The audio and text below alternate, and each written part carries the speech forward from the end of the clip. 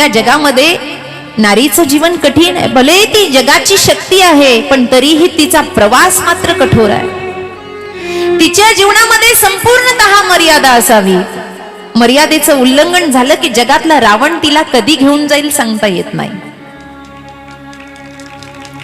म्हणून दुसऱ्यांना दोष देण्या अगोदर आपले वस्त्र नीट असावे, आपले आभूषण नीट असावे, आपला शृंगार नीट असावा. खर तर स्त्रीचा शृंगार हा आपल्या पतीसाठी आहे, जगासाठी नाही.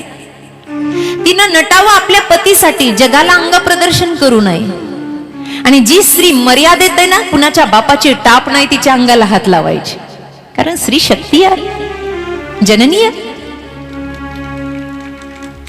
कतविधी नारी नारी जगमाही, पराधीन सपनी.